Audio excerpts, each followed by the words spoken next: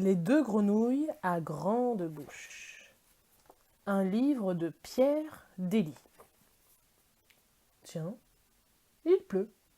Une goutte, puis deux, puis trois. La pluie tombe, tombe, tombe sans arrêt. Mais qui a ouvert les robinets du ciel? Qui fait déborder la baignoire des nuages? Quel sale temps que ce temps-là! Il pleut, il mouille, c'est la fête à la grenouille. Ça continue et ça n'en finit plus.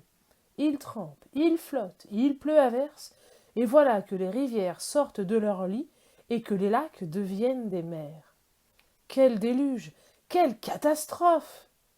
Tout le monde perd la tête, sauf une famille qui construit un bateau. Un bateau pas que beau, hein, un bateau solide et aussi grand que possible. Chantons sous la pluie, nous chantons sous la pluie. Hélas, il n'y aura pas de place pour tout le monde, dit le capitaine. Deux de ci, deux de ça, deux de chaque. Un chacun et une chacune. Pas moyen de faire plus, pas moyen de faire mieux. Le capitaine commande et la mer veille. On fait entrer les beaux animaux, normal. On fait entrer les terribles, pas le choix. On fait entrer les pénibles, c'est ainsi. Et on fait entrer les pires. Oh non! Pas elle! Pas les deux grenouilles à grande bouche! Et si. Bateau sur l'eau, la rivière, la rivière. Dès le début sur le bateau, c'est la galère. Tout le monde est serré, personne n'a choisi ses voisins. Et en plus, il y en a qui chantent. Et qui chantent mal, les grenouilles à grande bouche.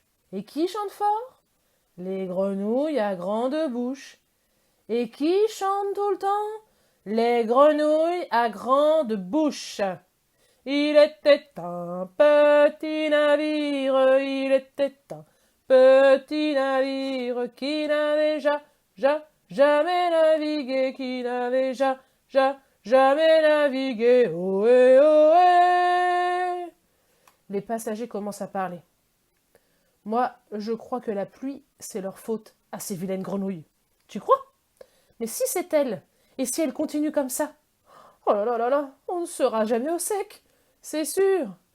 Ohé, ohé, matelot, matelot navigue sur les flots.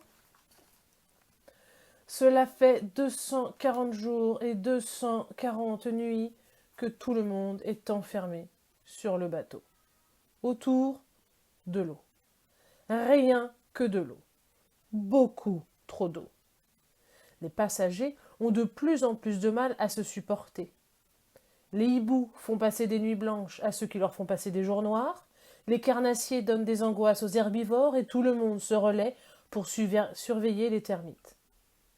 Si au moins les grenouilles à grande bouche pouvaient s'arrêter, juste 5 minutes, ce serait bien. Mais non, pas du tout. Elles continuent de chanter. Maman, les petits bateaux qui vont sur l'eau ont-ils des jambes? À la surface du pays, des poissons, tout le monde divague. Il faut que ça s'arrête. Quand soudain, on entend crier « Terre! Terre !» Tout le monde accourt et regarde à gauche, et regarde à droite, et regarde devant, et regarde derrière. Pas d'île. Rien à voir, sauf Terre! Terre! Les deux grenouilles à grande bouche qui rient et qui se marrent. C'est une blague! Les animaux regardent méchamment les deux grenouilles. Même pas vrai, même pas rigolo. Et ils retournent ruminer dans leur coin. Le monde s'occupe comme il peut. Jouer à saute-mouton, c'est pas la joie, il n'y en a que deux. Jouer à chat perché, c'est pas marrant, ils dorment tout le temps. Jouer au loup, oh là là, faudrait être fou, hein.